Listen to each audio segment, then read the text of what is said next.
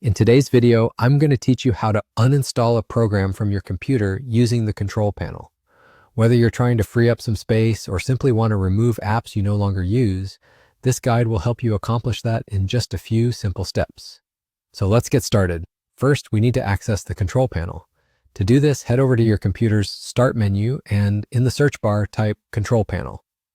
Once the control panel appears in the search results, go ahead and click on it.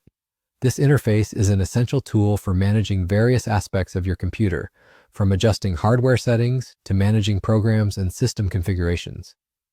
Now that we're in the control panel, you will see a range of options and settings.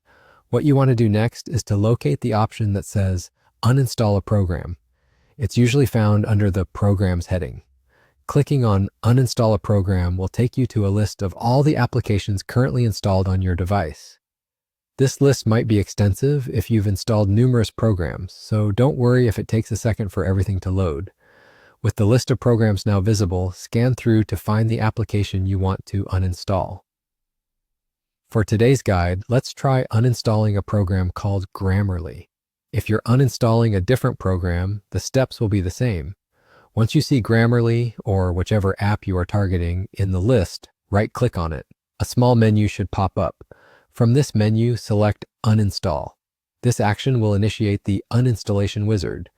The uninstallation process can vary depending on the program. In most cases, a prompt will appear confirming whether you wish to proceed with uninstalling the application.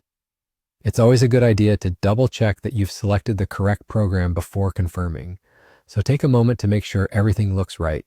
If you're certain you want to uninstall, simply click on the Yes or Continue button in the prompt, and the uninstallation process will begin.